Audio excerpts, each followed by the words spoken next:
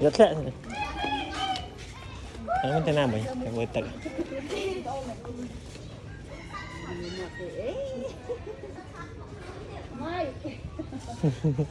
rồi đấy lôi à ôi thật đấy à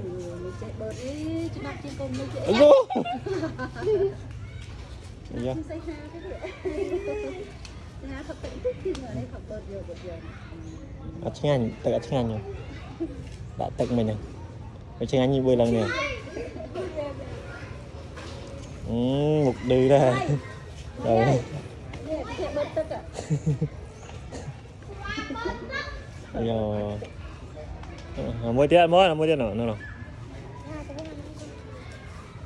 mò cầm chết rồi chặt đây anh người khai ra ôi nhảy đặt đi vô Vinh đặt đi vô anh mới đi vô anh phát anh đi vô Vinh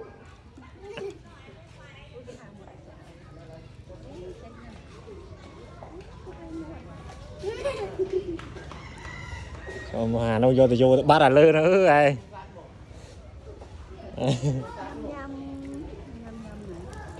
bán này